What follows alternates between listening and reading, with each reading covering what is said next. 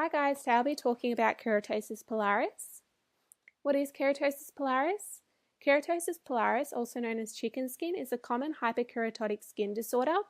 Key features include keratotic papules in a follicular-centric arrangement with varying degree of perifollicular erythema. This benign condition usually presents on the extensor surfaces of the arms, thighs, and buttocks. It is associated with conditions such as ichthyosis vulgaris, atopy, scarring alopecia, ectodermal dysplasia, obesity, Down syndrome, etc. The differential diagnosis of keratosis pilaris includes conditions exhibiting keratotic follicular papules, and this includes follicular eczema, follicular lichen planus, acne vulgaris, acneiform drug eruption, and that's just to name a few. Pathogenesis. Keratosis pilaris is believed to be caused by defective keratinization of the follicular epithelium, contributing to a keratotic infundibular plug to develop. There is no particular gene that has been known to contribute to the development of this disorder. Keratosis pilaris is inherited in an autosomal dominant manner with varying penetrance. In a study conducted on 49 participants, 19 patients had a family history of keratosis pilaris compared to 27 who did not. Filigran mutations are found to be associated with keratosis pilaris in addition to RAS signaling cascade irregularities. The filigran gene may be involved in follicular abnormalities observed in this condition. Since this condition is linked to filigran gene mutations as well as atopic dermatitis, epithelial barrier integrity becomes impaired. Epidemiology. Keratosis pilaris is a follicular condition that commonly affects children. It is also more apparent in people with dryness or scaling.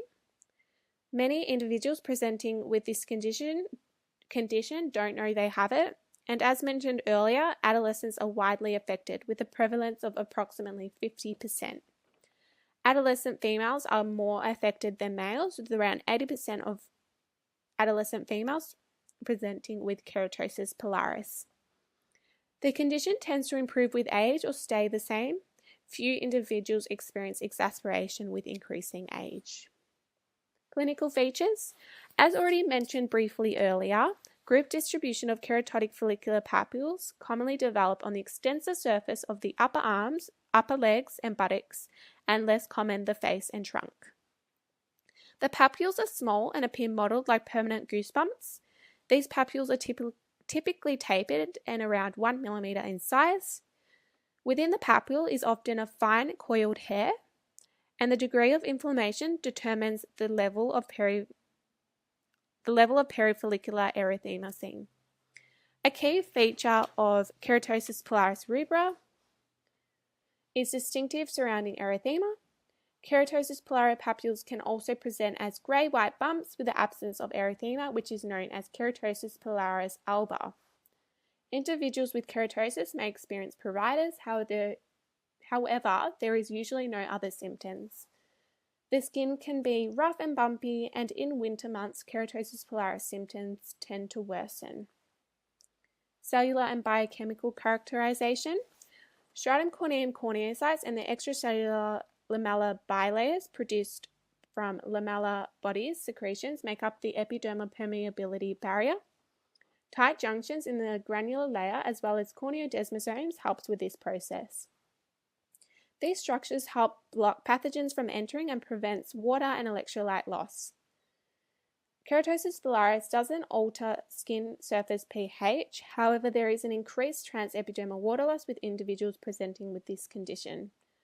Abnormal permeability barrier follicular and interfollicular stratum corneum is observed in this condition. Additionally, lamellar membrane arrays are distributed by non-lamellar domains, causing lipid processing to be slowed down in the intrafollicular epidermis and top portion of hair follicles. Lamellar body internal structures are irregular in keratosis pilaris. Management strategies. So keratosis pilaris frequently improves with age, with remission by adulthood in many individuals. However, on the rare occasions, symptoms may exacerbate in individuals as they age. Those with this condition should limit their skin should keep their skin hydrated with emollients, use mild hypoallergenic soaps, limit hot, long baths, and use humidifiers. Moreover, keratolytic agents should be incorporated, including lactic acid, salicylic acid, and urea cream. An efficient combination treatment includes 2% salicylic acid and urea cream 20%. Lactic acid regulates keratinization of the skin and acts as a humectant. The use of lactic acid decreases corneocyte adhesion in the stratum corneum, leading to desquamation of normal and abnormal skin cells. This also contributes to retention, hyperkeratosis regulation. Additionally, urea is also a keratolytic, however, it doesn't cause a stimulatory response to basal cells, inhibiting the production of excess or irregular corneocytes. Mild topical steroids can also be used to reduce considerable inflammation associated with keratosis pilaris.